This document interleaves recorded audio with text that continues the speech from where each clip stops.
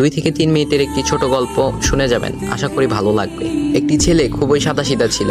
সে একটি দোকানে চাকরি করত। ছেলেটির বেতন ছিল মাত্র 5,000 টাকা। ছেলেটির দোকানের সামনে দিয়ে প্রতিদিন একটি মেয়ে স্কুলে যেত। মেয়েটি প্রতিদিন বোরকা পরে যেত, কিন্তু প্রায়ই মুখটা খোলা থাকতো। একদিন হঠাৎ করে ছেলেটির নজর পড়লো মেয়েটির দিকে। এভাবে বেশ কয়েকদিন যাবার পর মেয়েটি বুঝতে পারলো ছেলেটি তাকে লক্ষ্য করে। মেয়েটিও বাঁকা চোখে ছেলেটির দিকে তাকাতে শুরু করলো। ছেলেটি মেয়ের চলাফেরা দেখে মুগ্ধ হলো। আফসোস করতে লাগলো, ইস, যদি আমিও আজ পড়াশোনা করতে পারতাম, তাহলে সাহস করে মেয়েটির সাথে কথা বলতে পারতাম। মেয়েটি বুঝতে পারলো ছেলেটি তাকে ভীষণ পছন্দ করে। তাই একদিন মেয়েটি ছেলেটির দোকানের পাশে দাঁড়িয়ে রইল। তখন ছেলেটি দুপুরের খাবার খাওয়ার জন্য দোকানের বাইরে আসে। সে চায়ের দোকানে গিয়ে 5 টাকার একটি রুটি খেয়ে পানি পান করে আসতে লাগলো। তখন মেয়েটি তার কাছে গেল।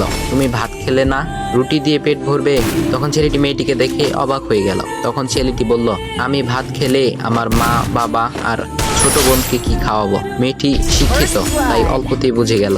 সে হাত ধরে বলতে লাগলো, তাহলে তুমি যে আমাকে পছন্দ করো, আমাকে কি খাওয়াবে? তখন ছেলেটি বলল, আমি তো তোমাকে আপন করে পাওয়ার জন্য দেখি না, কারণ সে যোগ্যতা আমার নেই। তবে এটা সত্যি যে তোমাকে দেখলে আমার খুব ভালো লাগে, তাই দেখি। মেয়েটি ছেলেটির কথা শুনে চোখের পানি ধরে রাখতে পারলো না। সে বুঝে গেল ছেলেটি